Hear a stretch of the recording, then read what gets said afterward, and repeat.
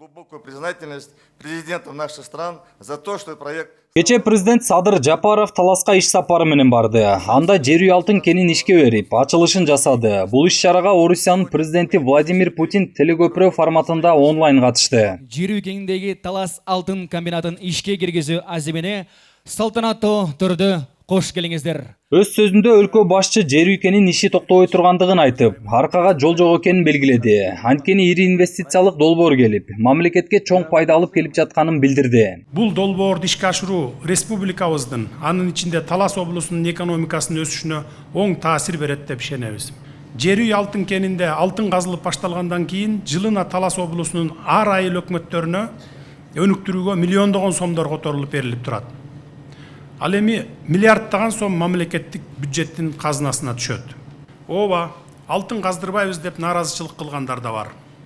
Бирок эбактан бери ушунча каражат сарптап, бардык иштер бүтүп, иш башталып калгандан кийин токтото албайбыз.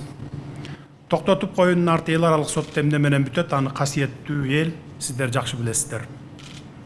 Ошондуктан ынтымак менен, сүйлөшүүлөр жолу менен бардык маселелерди чечип алабыз. Каршы болгондор сабыр этип туруңуздар. Жыйынга катышкан Орусия президенти Владимир Путин болсо, инвестициялык климат түзүп берип жатканы үчүн кыргыз бийлигине ыраазычылыгын билдирди. Ошону менен катар келишимде көрсөтүлгөн бардык нормалар аткарыла тургандыгын айтты. Успешно осуществлен один из самых масштабных совместных проектов. Бул долбоор Орусиянын Кыргызстанга жасаган инвестициясынын рекорддук көрсөткүчү. Анын көлөмү $600 миллион түзөт. Талас облусундагы бул тоо кен ишканасында эң жакшы техникалык жана шаймандар колдонулат. Экологиялык нормалар сакталат. Мен кыргыз бийлигине жана жеке Садыр Жапаровго жагымдуу инвестициялык климат түзүп жатканына ыраазычылык билдирем. Жаңы ишкана кыргыз бийлигинин колдоосуна ээ болот деп ишенем. Биргеликте ишке ашып жаткан бул долбоор кыргыз-орус алакасынын символу болуп, эки элдин достугун арттырат. Имеет действительно важное значение для российско-киргизского экономического сотрудничества. Өкмөттүн маалыматына ылайык сөз болуп жаткан кен иштетүүчү ишкана учурда 900 миллион сом салык төлөөдө. Фабрика ишке киргизилсе, бюджетке төлөмдөрдүн көлөмү жылына 4 миллиард сомго чейин көбөйөт. Талас облусунун өнүктүрүү фондуна жылына болжол менен 300 миллион сом түшөт. Ошондой эле 1000 жумуш орун түзүлөт экен.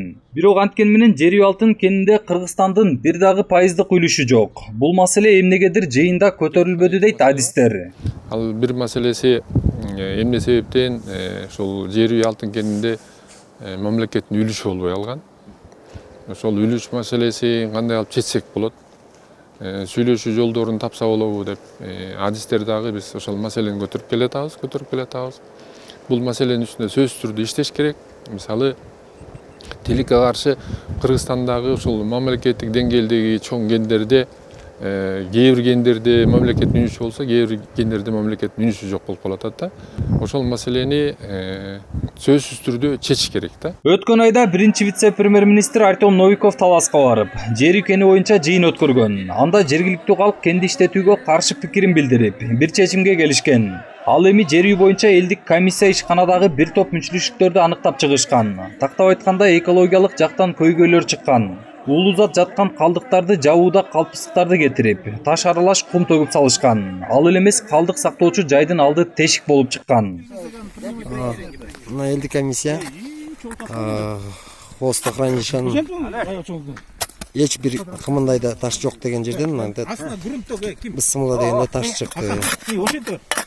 Астында геомембрана эмес, стальдан лист төшөлсө тешик.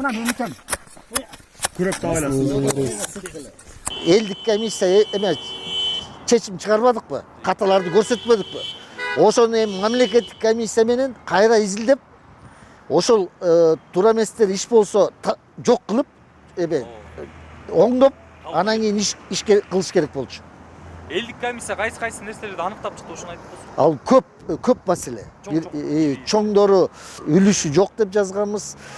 Кен жайгашкан жердеги жадагы азыр казып атат да.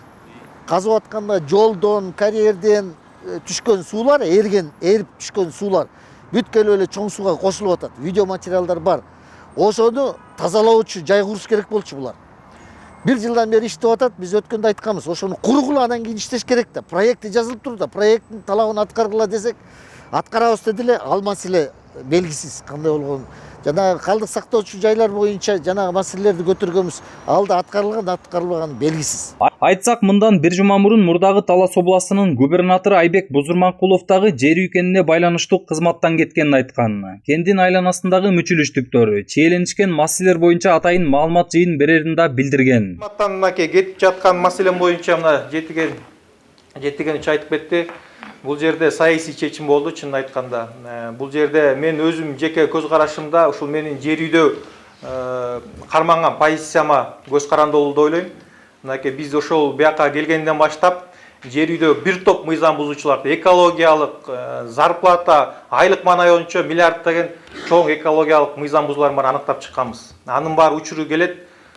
Кудай буюрса Бишкекте чоң ошо саясий интригалар, эл аралык басым, жер үйдүн ичиндеги мыйзам бузуулар ошоюнча керең маалымат. 2015 жылы кен иштетүү укугу аукциондун негизинде 100 миллион долларга сатылган. Мындай укук Орус Платинасы компаниясына таандык. Восток Гелдобачы ишканасына тийген. Анын карамагында Алтын Альянс ишканасы түзүлгөн. Компаниянын аталган кенди иштетүүгө укук берген лицензиясы 2035 жылга чейинки мөөнөткө берилген.